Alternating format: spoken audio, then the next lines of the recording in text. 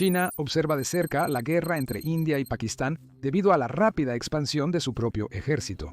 Su presupuesto militar crece anualmente, compra muchas armas y entrena a millones de soldados. Y el objetivo es tomar el control de los Estados Unidos algún día. Por eso la guerra entre India y Pakistán es de gran interés para el PCCH. De hecho, esta es una de las primeras veces que se utiliza equipo chino en una guerra. Pero algunos están llamando a China un tigre de papel debido a su ejército. Aunque el Ejército de Liberación Popular probablemente podría defender al PCCH en China, no está listo para una guerra en el extranjero. Eso es porque el PLA no tiene experiencia en combate. Su última guerra fue una invasión a Vietnam en 1979, la cual fue muy mal. Recientemente, solo han combatido en operaciones de mantenimiento de la paz de la Organización de las Naciones Unidas. Uno de estos despliegues de la Organización de las Naciones Unidas terminó en un horrible desastre, matando a 2 soldados chinos. Para entender por qué China tiene dificultades con la proyección de poder global, es útil analizar este incidente. Este incidente expuso al mundo lo malo que es realmente el ejército chino. Los bots del PCCH probablemente atacarán este video con todo para reducir su alcance, ya que no les gustará su contenido. Así que si puedes ayudarnos a luchar contra estos bots pulsando el botón de me gusta y suscribirse abajo, nos ayudaría enormemente. Gracias. En 2015, China envió tropas para apoyar las operaciones de la Organización de las Naciones Unidas, años después de unirse a la Organización de Supervisión de Tropas de la Organización de las Naciones Unidas. En 1990, China envió un total de 700 soldados y comandantes, formando el primer batallón de infantería de la Organización de las Naciones Unidas del país. Este batallón fue desplegado en Juba, capital de la nueva República de Sudán del Sur. Es el país más nuevo del mundo, solo se separó de Sudán en 2011. Pero en 2013, solo 2 años después de la formación del país, Sudán del Sur entró en una guerra civil. El presidente Salva Kiir acusó al vicepresidente Riek Machar de querer tomar el control del gobierno, desencadenando una agotadora guerra civil con múltiples frentes y violencia étnica. Finalmente, el conflicto solo terminó años después en 2020, causando casi 400.000 muertes relacionadas con la guerra, creando 1,5 millones de refugiados y desplazando a otros 2 millones dentro del país. Pero en agosto de 2015, pareció haber esperanza tras un acuerdo de alto al fuego entre ambos lados. Estaría protegido por los cascos azules de la Misión de las Naciones Unidas en Sudán del Sur, o Misión de las Naciones Unidas en Sudán del Sur. Se esperaba que los cascos azules chinos en Juba protegieran y ayudaran a la población local en la capital, una ciudad de más de 300.000 habitantes en ese entonces. No obstante, los cascos azules chinos estaban acompañados por un gran número de tropas de India, Etiopía, Ruanda y otros países. En total, había 12.500 soldados de 61 países diferentes en Sudán del Sur, con un par de miles estacionados solo en la capital.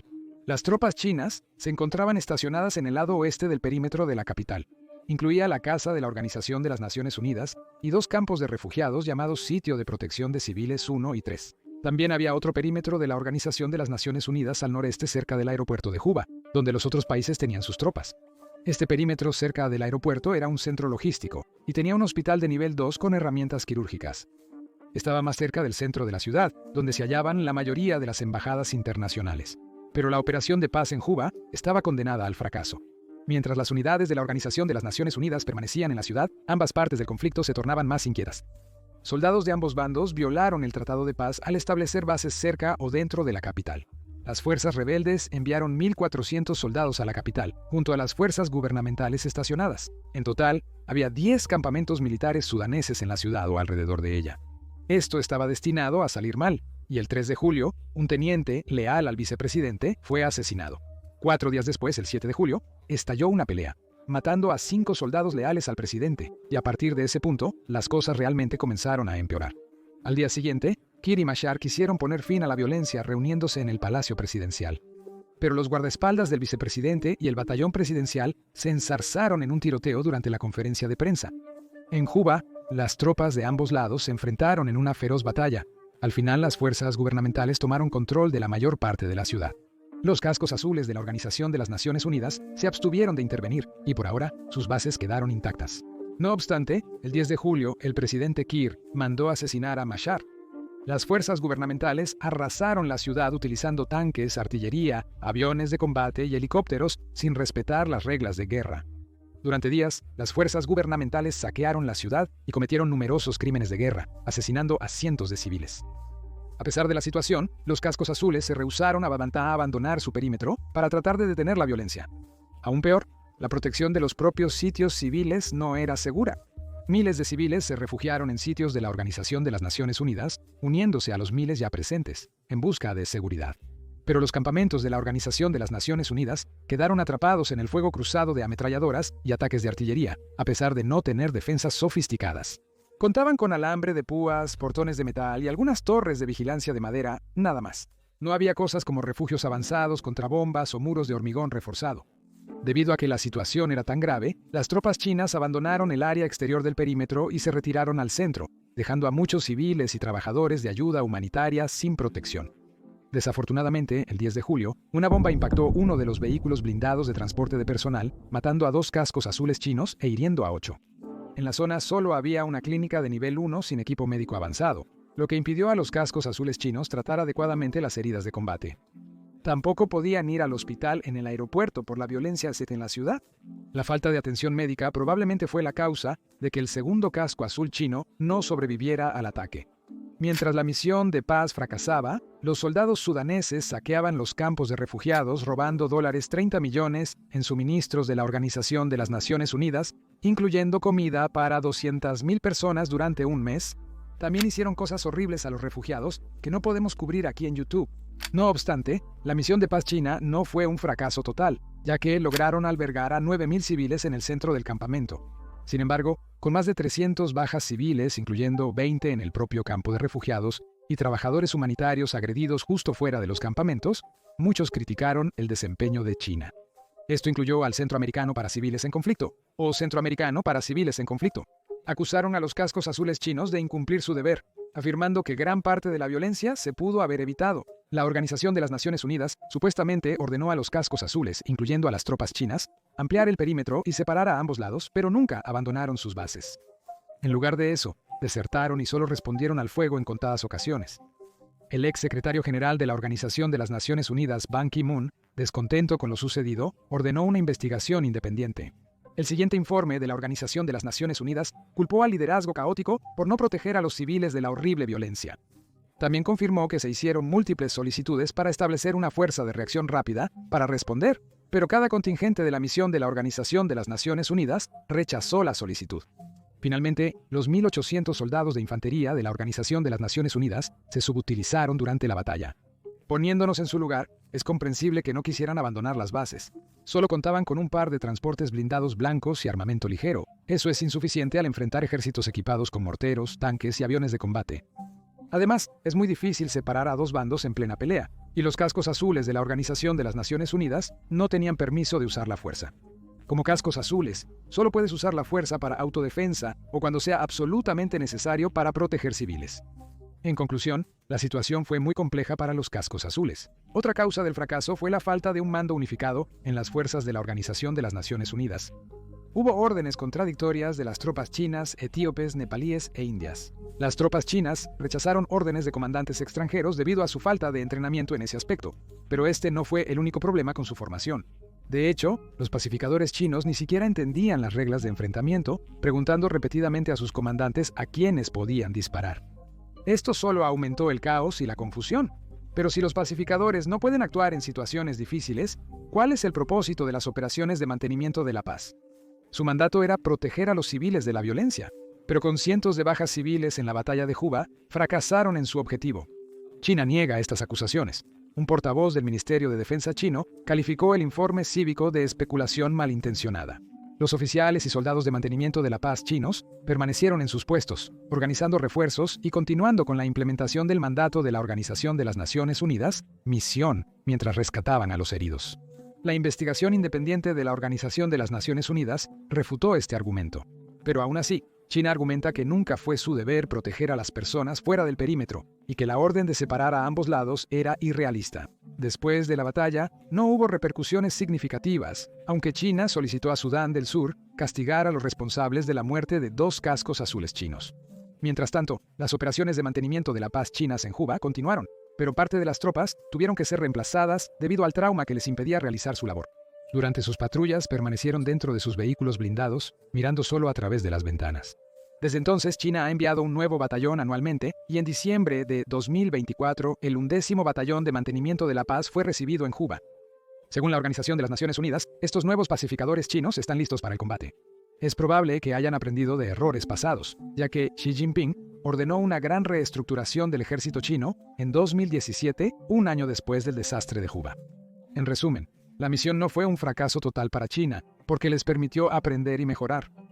Por eso China siguió uniendo misiones de paz de la Organización de las Naciones Unidas, incluso tras el desastre en Juba. Desde 2015, China ha enviado a más de 50.000 soldados al extranjero en 24 misiones de paz de la Organización de las Naciones Unidas, siendo el 9º mayor contribuyente de cascos azules. 16 cascos azules chinos han perdido la vida durante estas misiones, haciendo el sacrificio supremo por los demás. China también está dispuesta a dar mucho dinero, siendo el segundo mayor financiador de las misiones de paz de la Organización de las Naciones Unidas después de Estados Unidos. Esto es muy útil, ya que ayuda a mantener la estabilidad en los países más vulnerables del mundo. Pero como señalan las personas, también sirve a los propios objetivos de China de obtener influencia en el extranjero. Sudán del Sur ejemplifica esto a gran escala. El país tiene 1 tonelada de petróleo, con casi 4.000 millones de barriles en reservas probadas. La compañía operadora de petróleo, Dar en Sudán, actualmente produce 90.000 barriles de petróleo por día. China posee una participación del 41% en esta empresa para asegurar el suministro de petróleo al mercado chino. Los pacificadores chinos fueron enviados a Sudán del Sur, en parte para proteger sus intereses petroleros. También hay 3 billones de pies cúbicos de gas natural sin explotar en Sudán y Sudán del Sur combinados. Otros recursos naturales son el mineral de hierro, cobre, oro y metales de tierras raras. Debido al subdesarrollo del país, existen numerosas oportunidades en infraestructura. China recientemente terminó un nuevo proyecto de infraestructura en Sudán del Sur, llamado el Puente Clement en Boro, pero también está intentando obtener influencia en el país con acuerdos más turbios. China es uno de los mayores proveedores de armas para ambos lados del conflicto en Sudán del Sur, por lo que no importa qué lado gane, dependen de China. Es irónico vender armas y mantener la paz simultáneamente. China busca obtener influencia y experiencia en combate a través de sus ambiciones en Sudán del Sur. La Organización de las Naciones Unidas considera que los países siempre actúan por interés propio. Después de todo, las contribuciones de China siguen siendo positivas para la organización. No obstante, el mantenimiento de la paz de la Organización de las Naciones Unidas podría no resolver la falta de experiencia en combate de China. Los pacificadores chinos pueden aprender bastante sobre la operación de bases militares y el manejo de amenazas. Pero las operaciones de mantenimiento de la paz de la Organización de las Naciones Unidas siempre son muy limitadas. Cuba no fue el primer lugar donde las operaciones de paz de la Organización de las Naciones Unidas han fallado. Ha ocurrido varias veces que los cascos azules de la Organización de las Naciones Unidas quedaron atrapados en el fuego cruzado y no lograron proteger a los civiles locales. Uno de los mayores fracasos del mantenimiento de la paz de la Organización de las Naciones Unidas sucedió en la Guerra de Bosnia, con la masacre de Srebrenica en 1995. Fue el peor genocidio en Europa después de la Segunda Guerra Mundial, con más de 8.000 bosnios asesinados por serbios bosnios. Lo peor, estos civiles creían estar protegidos por batallones de la Organización de las Naciones Unidas de los Países Bajos. Pero el llamado Dutchbat solo contaba con 370 cascos azules ligeramente armados. No eran rival para el ejército serbio-bosnio, y cuando los serbios querían masacrar a la población local, Dutchbat no pudo hacer nada. Pero un fracaso aún peor ocurrió en Ruanda un año antes. Durante la masacre de Ruanda de 1994, 800.000 personas fueron asesinadas en el lapso de 100 días, y los cascos azules de la Organización de las Naciones Unidas en Ruanda no lograron intervenir. Había menos de 3.000 cascos azules en todo el país, y estaban severamente desequipados. La Organización de las Naciones Unidas busca mejorar constantemente sus misiones, pero el problema fundamental persiste. Esto se debe a que la Organización de las Naciones Unidas tiene reglas estrictas sobre la resolución pacífica de conflictos, por lo que los cascos azules tienen reglas de enfrentamiento muy limitadas y no cuentan con muchas armas letales. Aunque suena bien en teoría, significa que muchas misiones fracasarán. Al final, las misiones de la Organización de las Naciones Unidas no tienen la fuerza letal necesaria en combate y a menudo carecen de equipos avanzados como tanques, aviones de combate y artillería. Esto también está vinculado a las restricciones presupuestarias y a la renuencia de los países a poner su propio equipo militar en juego.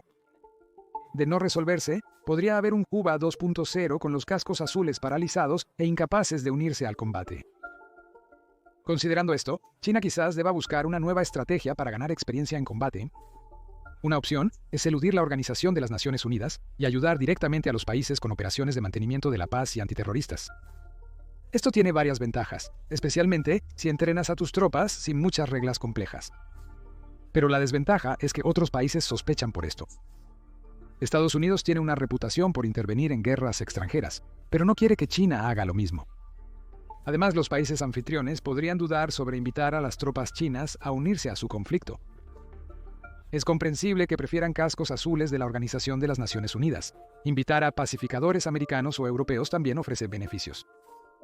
China anhela que el Ejército de Liberación Popular establezca bases globales, logrando su primer éxito en Djibouti.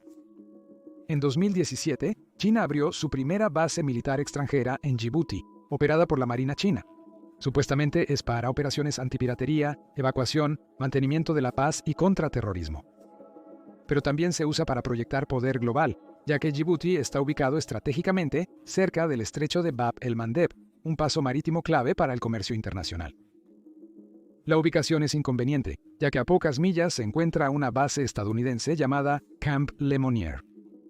Comprensiblemente, a Washington no le gustó cuando Djibouti invitó a los chinos en 2017. Desde entonces, tanto Estados Unidos como China han estado espiando constantemente las bases del otro. China también usa la base para vigilar las acciones de Estados Unidos en el Mar Rojo con los Houthis, con el fin de analizar las estrategias militares estadounidenses. Con China buscando expandir su presencia militar global, podrían surgir más situaciones similares en el futuro. China puede obtener experiencia en combate o un sustituto realizando ejercicios de entrenamiento a gran escala. En 2009, el PLA lanzó su primer simulacro militar masivo que involucró a 50.000 tropas para poner a prueba su infraestructura y logística. También entrenan regularmente con Rusia y países de Asia Central bajo la Organización de Cooperación de Shanghái. Rusia posee más experiencia en combate que China, manteniendo el legado soviético. Desde 1991, también han luchado en Chechenia, Georgia, Siria y obviamente en Ucrania desde 2014. Además de eso, Rusia tiene muchos mercenarios luchando en países africanos como Mali y la República Centroafricana. El PLA tiene mucho que aprender de su contraparte rusa. En 2018, cuando Rusia realizó su mayor juego de guerra desde la Guerra Fría en Siberia, también invitó a China. El PLA envió 3.500 soldados con tanques y aviones. Fue un éxito porque China se unió más tarde a nuevos ejercicios militares rusos en 2019 y 2021. Desde 2019, China ha realizado ejercicios navales anuales con Rusia e Irán para simular batallas y probar sus sistemas.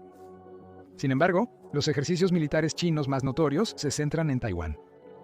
Han aumentado en los últimos años, con China simulando bloqueos navales, ataques aéreos y asaltos marítimos.